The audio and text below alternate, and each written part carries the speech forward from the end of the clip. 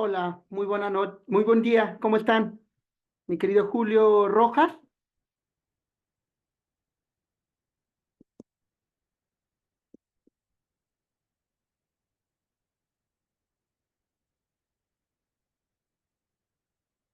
¿sí me escuchan? Hola, buenos días. Sí, profesor. Excelente, excelente. Me imagino esperamos a los demás para que se incorporen, ¿verdad?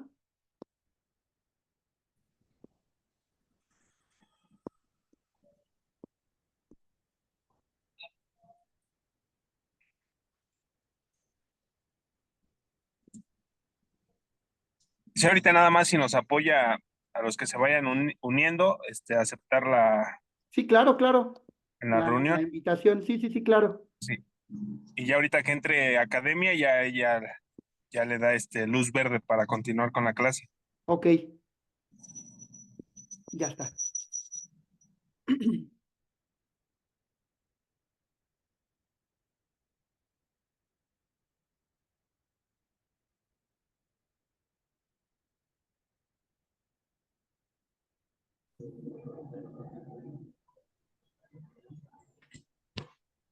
Buenas tardes. Hola, muy Buenos buenas tardes. días. Buenos días. ¿Cómo está?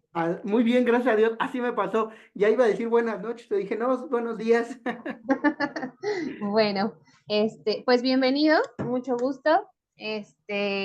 Como ya le había comentado, son 30 minutos de exposición. Si no llegara a agotar lo que tiene pensado, no se preocupe, no pasa nada, solamente sí le avisaría 5 minutos antes para poder hacer un cierre, ¿de acuerdo? Me parece genial. Adelante. Bueno, voy a compartir diapositiva. No sé si me avisen cuando la puedan ver.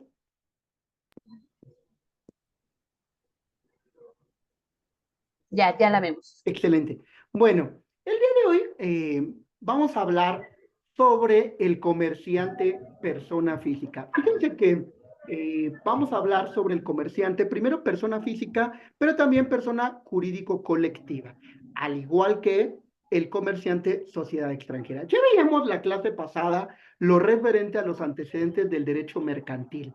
Hoy, como introducción, pues vamos a ver quién es ese comerciante, esa introducción a esta cátedra del día de hoy, a nuestro tema, quién es el comerciante, porque el comerciante está evolucionando como lo sabemos, ya lo vimos en la clase pasada cuando hablábamos sobre los antecedentes del derecho mercantil, el comercio siempre ha existido.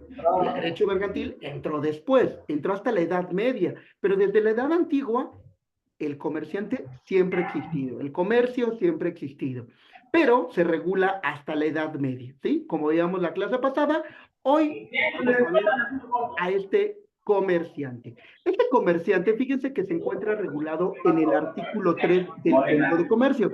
Como siempre, chicos, les voy a pedir que apaguen sus micrófonos en lo que se está dando la cátedra. Se oyen algunos micrófonos abiertos. Si me apoyan, por favor, si son tan amables. Y segundo, como saben, siempre les he pedido su legislación, tanto el Código de Comercio, la Ley General de Sociedades Mercantiles y la Ley General de Títulos y Operaciones de Crédito.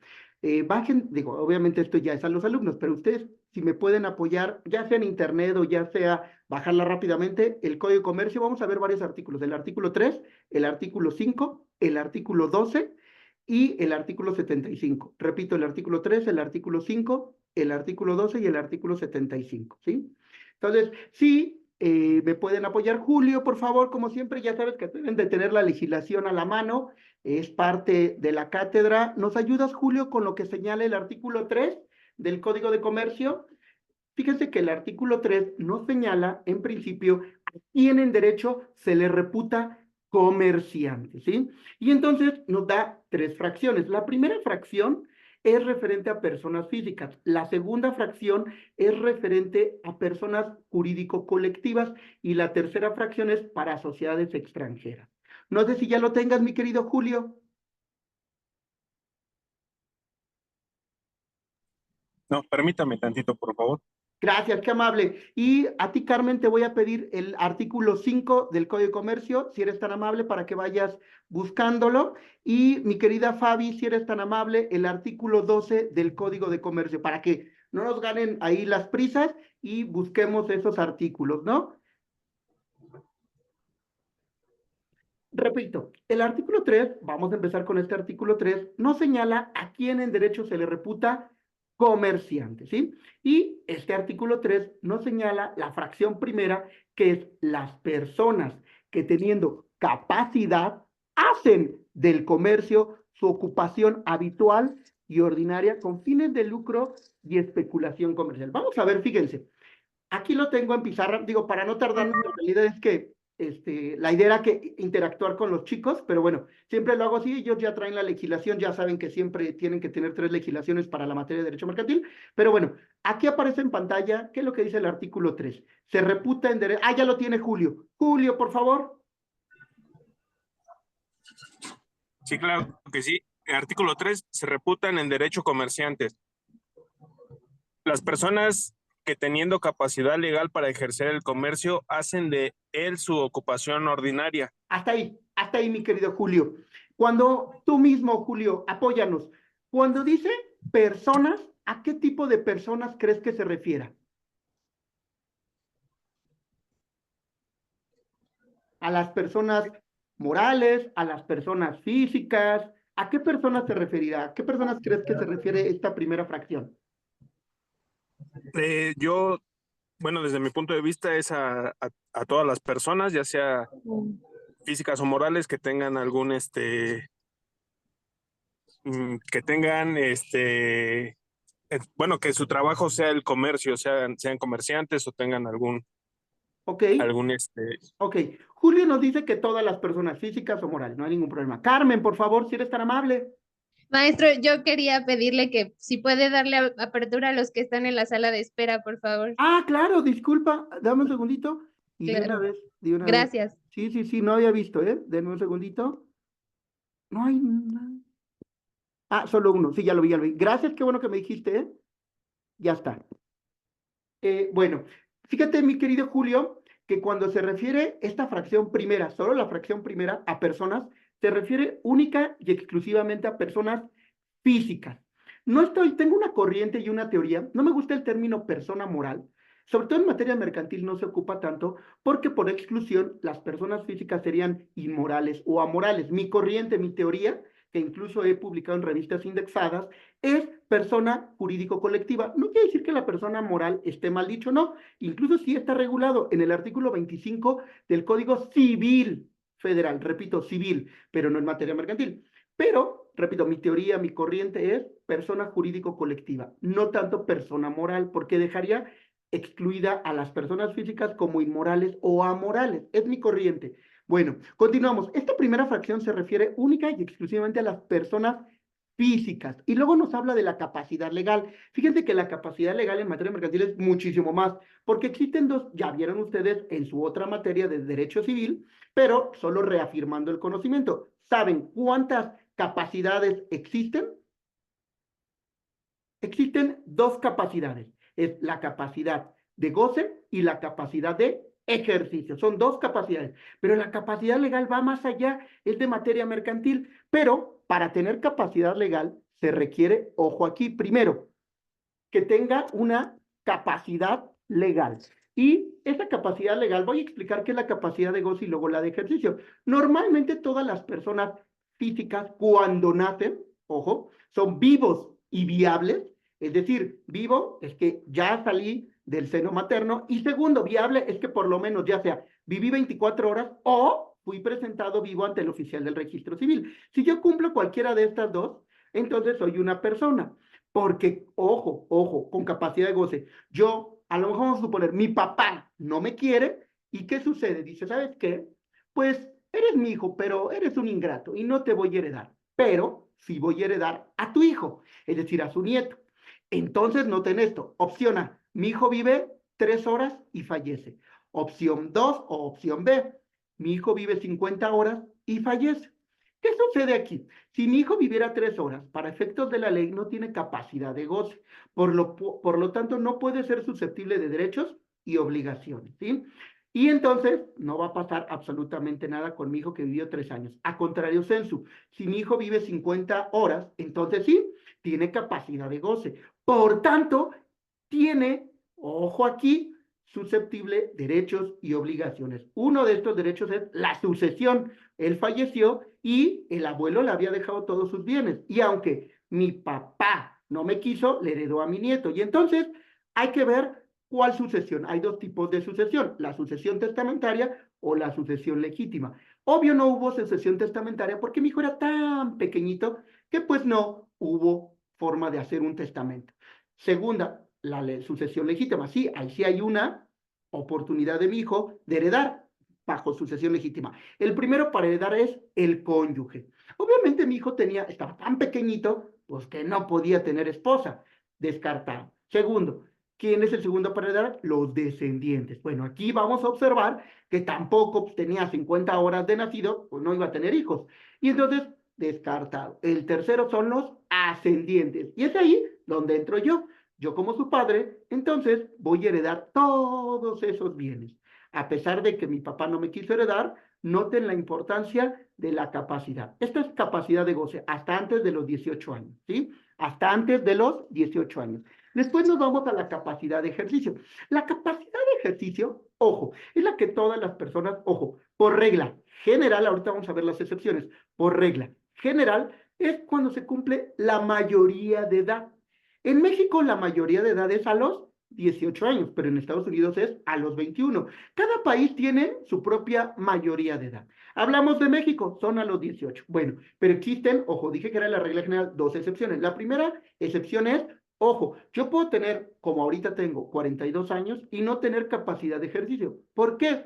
Porque tengo, ojo, un estado de interdicción, demencia, locura, nula lucidez o cualquier otra incapacidad a la personalidad jurídica. Yo puedo tener 20, 30, 40, 50, 60 años y no tener capacidad jamás de ejercicio. ¿Por qué? Porque la capacidad de ejercicio se permite que yo mismo, pueda ejercer mis propios derechos y contraer mis obligaciones. Si no es así, entonces tengo capacidad de goce. A través de un padre, de un tutor, de un curador, podrán realizarlo, ¿sí? Estas personas, pues lo hacen a través de ellos, de estos representantes apoderados, curadores, tutores, etc. Entonces, ellos son las personas que ejercen estos derechos y contraen estas obligaciones en nombre de esas personas. Esta es la primera excepción.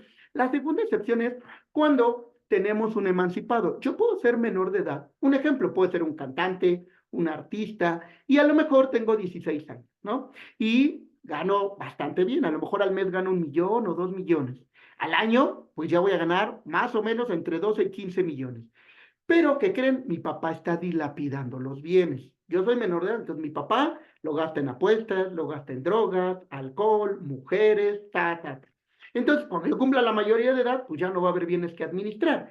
¿Qué sucede aquí? Que aquí vamos a observar, en este sentido, que podrá ocurrir ante un juez familiar este menor de edad y solicitar la emancipación. Decir, mira, yo continúo estudiando, trabajo, producto de mi trabajo tengo dinero, me pagan, pero mi papá dilapida los bienes. En ese caso, el juez va a emancipar a ese menor, aún teniendo 16 años, y podrá él tener una capacidad de ejercicio, ¿sí? Él, por propia voluntad, podrá ejercer sus derechos y contraer obligaciones él solito, sin necesidad ya de su padre o de su tutor. ¿Hasta aquí ha quedado claro? Porque vamos a ir subiendo el nivel. ¿Hasta aquí ha quedado claro? Gracias, Carmen. ¿Los demás qué dicen, chicos?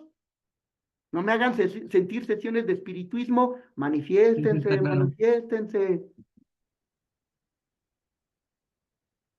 ¿Hasta aquí todo claro? Sí, todo claro. Excelente, muy bien, muy bien. Vamos a continuar. Vamos a hablar ya de la capacidad legal, que es la que nos hablaba la fracción primera del artículo 3. Este nos dice, fíjense, que la capacidad legal aquí no lo resuelve. ¿Qué no lo resuelve? El artículo 5.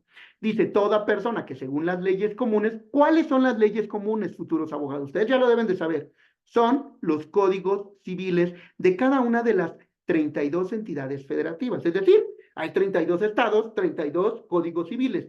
Entonces, conforme a esas leyes de cada una de las entidades federativas. Ahora, es hábil para contratar y obligarse y quien las mismas leyes, ojo, no prohíbe expresamente la profesión del comercio y tienen capacidad legal para ejercerlo, perdón.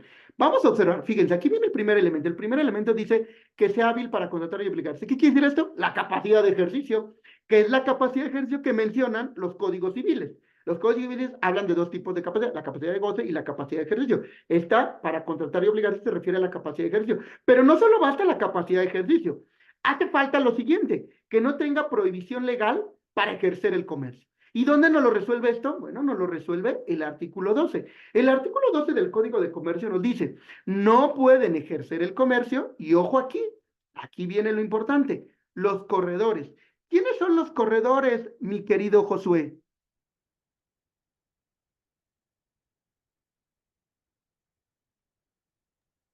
No, no sabían. Excelente, ok.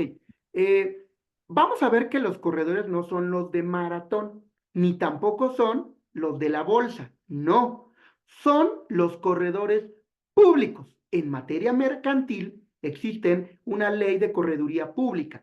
Esta regula los corredores públicos. Es el símil, el homólogo, el análogo de notario público. El notario público es en materia civil, pero el corredor público es en materia mercantil, única y exclusivamente ven temas mercantiles en fe pública, la constitución de una empresa, la asamblea, etc., todo lo que tenga que ver con actos mercantiles en fe pública, ¿sí?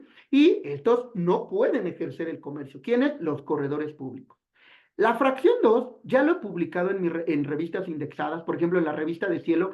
Como saben, yo soy de la UNAM y entonces yo he publicado mi licenciatura, mi especialidad, mi maestría es de la UNAM, excepto el doctorado. Los dos doctorados que tengo no son de la UNAM, pero publico en la revista Cielo de la UNAM y ya he publicado que esta fracción segunda del artículo 12 debe de ser derogada. ¿Por qué? Dice, los quebrados que no hayan sido rehabilitados. Ojo aquí, porque fíjense que esto ya lo veíamos cuando hablábamos de los antecedentes del comercio.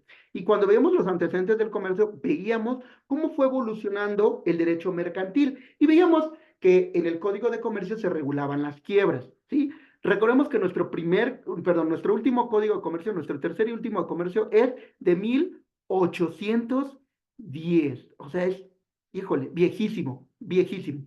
Bueno, y entonces este Código de Comercio regulaba las quiebras, pero en 1942 sale del Código de Comercio lo que es la quiebra. Por eso siempre hablo de otra teoría que es mi corriente, de la descodificación del Código de Comercio, porque cada día van saliendo figuras jurídicas e instituciones del Código de Comercio. Y esta no es la excepción, la quiebra estaba regulada en el Código de Comercio, pero en 1942 sale del Código de Comercio y se crea la Ley de Quiebras y Suspensión de Pagos. En esta Ley de Quiebras y Suspensión de Pagos, uno de los requisitos era que si el comerciante entraba en quiebra, no podía volver a ejercer el comercio, tenía prohibición legal, a menos que el juez que conocía de la quiebra, lo rehabilitara. Solo en ese caso podía volver a ejercer el comercio.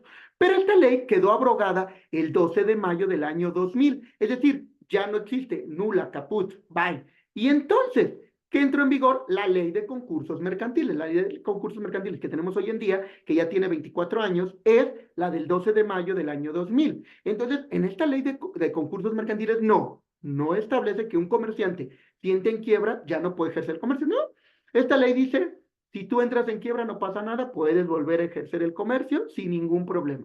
Por eso es que esta fracción 2 digo que debe de ser derogada. ¿Por qué? Porque ya lo superó la realidad. Bueno, vamos con la 3. La 3 nos habla que los que por sentencia ejecutoriada hayan sido condenados por delitos contra la propiedad, incluyendo la falsedad, el peculado, el cohecho, la concusión, pues el abuso de confianza, el fraude, y eso es lógico. ¿Por qué? Pues tú le confiarías a un delincuente, porque aquí dice con sentencia ejecutoriada, ya saben abogados que es sentencia ejecutoriada, que ya quedó la sentencia firme, que ya no hay ningún medio de impugnación, totalmente cosa juzgada, ya no hay nada. Entonces, si eres un delincuente, no te falta ningún amparo, ninguna apelación, no, ya eres un delincuente. ¿Ustedes le confiarían a ellos, pues, un comercio? Obvio, ¿no? Entonces, no pueden ser comerciantes estas personas. Los pillos, los delincuentes, no podrán serlo.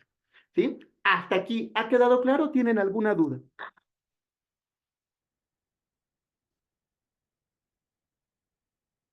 ¿Todo bien? Claro, Sí, todo bien. todo claro. Excelente, muy bien. Vamos a continuar. Vamos con la cerecita en el pastel. Fíjense que ya veíamos, recapitulando, las personas físicas. ¿Quiénes son las personas físicas? Las que tienen esa capacidad de ejercicio, pero no solo eso. Recuerden que son hábiles para contratar y obligarse, tienen esa capacidad de ejercicio. Y, ojo, no tienen impedimentos para el ejercicio del comercio, por lo tanto, tienen capacidad legal. Pero no solo eso. hacen del comercio su ocupación ordinaria, con fines de lucro, de especulación comercial, y esto lo regula el artículo 75. En el artículo 75 hay 25 fracciones. Esas 25 fracciones nos dicen qué son los actos de comercio. Lo que no esté enumerado allí va a ser todo menos comercio. Si no está allí, va a ser todo menos comercio. Porque he escuchado a gente en Vox Populi, incluso abogados, y es una pena, y que dicen, es que eso es comercio. O luego la ley dice, no será, o no será delito si es que se encuentra en el comercio. ¿Y qué se encuentra en el comercio? El artículo 75, que nos habla del acto de comercio. Si tú no te encuadras en esas 25 fracciones, 25 supuestos, va a ser todo menos comercio. Y muchas cosas puede pasar que no sean comercio, porque no están en ese artículo 75, ¿sí? Entonces, vamos a observar que este comerciante es una persona física. Recapitulando y volviendo al artículo 3. Nos vamos con el artículo 3, ahora con la fracción segunda. Nos dice, las sociedades constituidas con arreglo a las leyes mercantiles. ¿Y quiénes son estas? Fíjense acá. Hay 7 sociedades que va a regular la Ley General de Sociedades Mercantiles. La Ley General de Sociedades Mercantiles no regula 7 sociedades. Estas 7 sociedades están incluso en el artículo 1 de la Ley General de Sociedades Mercantiles.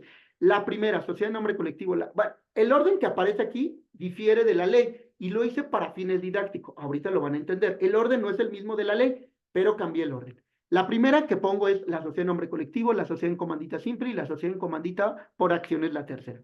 ¿Por qué lo puse en este orden para fines didácticos? Estas 3 sociedades, ojo aquí, responden de manera solidaria, subsidiaria, mancomunada e ilimitadamente con su propio patrimonio. ¿Qué quiere decir? Que si Carmen, Josué y Fabiola son socios, vamos a observar en este sentido que Carmen a lo mejor aportó a la sociedad 20,000 pesos. Josué, vamos a suponer, aportó 50,000 pesos. Y Fabiola 30,000, ¿sale? Pero Carmen tiene una casa en Valle de Bravo. Josué solo tiene un carrito y Fabiola no tiene ningún patrimonio. ¿Qué sucede? A lo mejor piden a crédito, a lo mejor de una empresa que se dedica a hacer sillas y mesas de madera y necesitan madera. Por lo tanto, piden un crédito. Su capital solo son 100,000, no les alcanza para mucho porque necesitan comprar la maquinaria, necesitan comprar la madera, bla, bla, bla, pagar nómina. Entonces dicen, no, no nos va a alcanzar, hay que pedir un crédito. Piden un crédito, les otorgan un crédito por 1,000,000 de pesos en madera y, ¿qué creen? Empiezan a hacer las sillas. Les dan 3 meses para pagar. En el mes 2 apenas están empezando a hacer las sillas. ¿Por qué? Todavía no las mesas, las sillas. ¿Por qué? Porque necesitan comprar la maquinaria, necesitaban un local, necesitaban una pequeña, pues vamos a poner nave industrial para empezar a hacer las sillas y mesas, necesitan contratar a personal. Todo eso se llevó tiempo, no es sencillo. Y ya pasaron 2 meses, empiezan a hacer las sillas. Al tercer mes empiezan a hacer las mesas. En el cuarto mes empiezan a vender en el local. Pero ya la empresa maderera en el tercer mes le dice, oye, ¿me debes dinero? ¿Me debes 1,000,000? ¿Qué pasó? Dame otro mes más. Y órale. Pero nada más en su local no se para ni una mosca. ¿Qué sucede? Que ya vamos en el 5.º mes y no le han pagado a la empresa maderera. Va el 6.º mes y nada. Y entonces sí los demanda. Los demanda y va a demandar a la sociedad, pero también va a demandar a Carmen, a Josué y a Fabiola. Y aquí, como saben que Carmen tiene una casita en Valle de Bravo, que es su casita de descanso de fines de semana, se le va a embargar. ¿Por qué? Porque es su patrimonio. Recuerden que estos socios responden de manera solidaria, subsidiaria, mancomunada e ilimitadamente con su propio patrimonio. Estas 3 primeras sociedades quiero comentarles que están en desuso. Un abogado bueno corporativo no va a permitir que se constituyan en estas 3 primeras sociedades, ¿sí?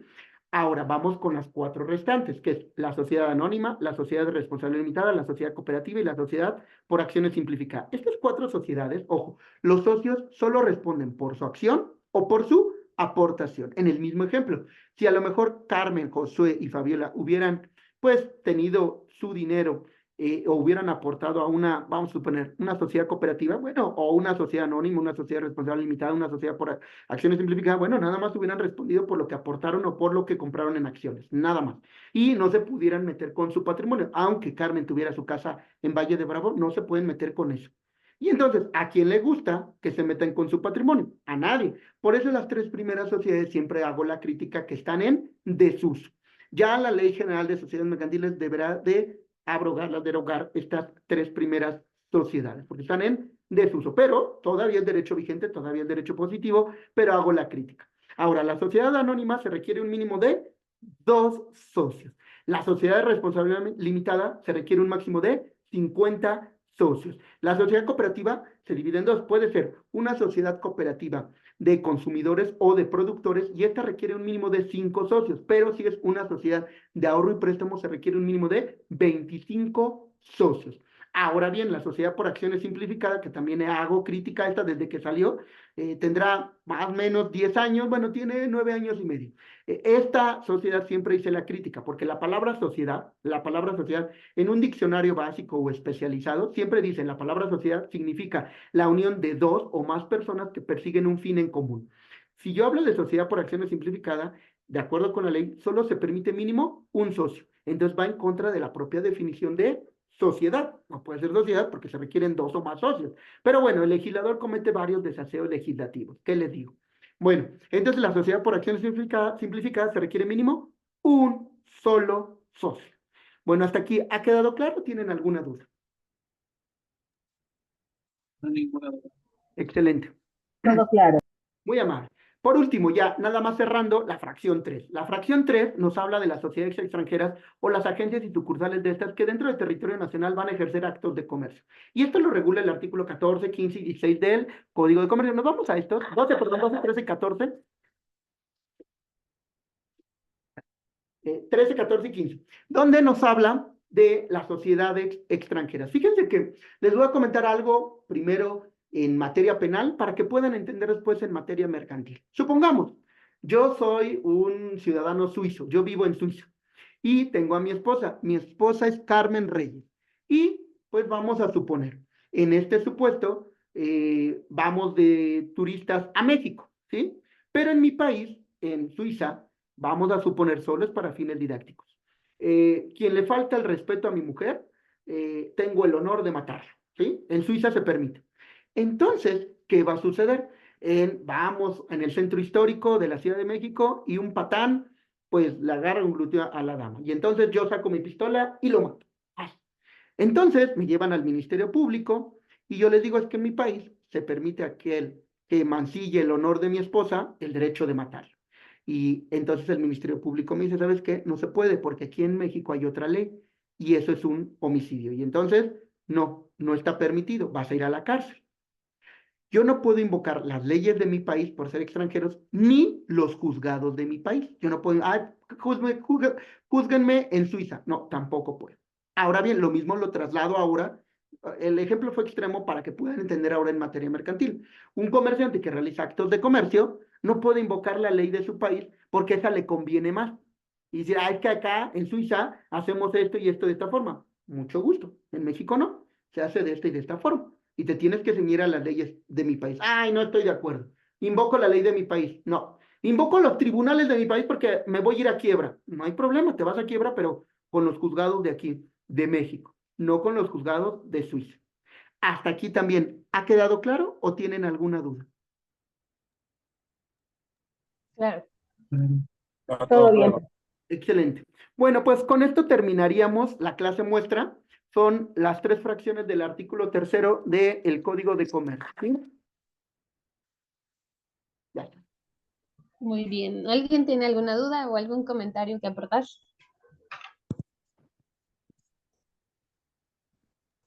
No, todo bien. Gracias.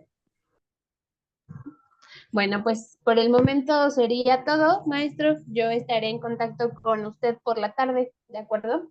Ok, muchísimas gracias, mi querida Carmen. Mi querido Josué, Fabiola, Julio, cuídense mucho y bendiciones en sus hogares. Fuerte abrazo. Muchas gracias. Gracias, hasta luego. Para todos.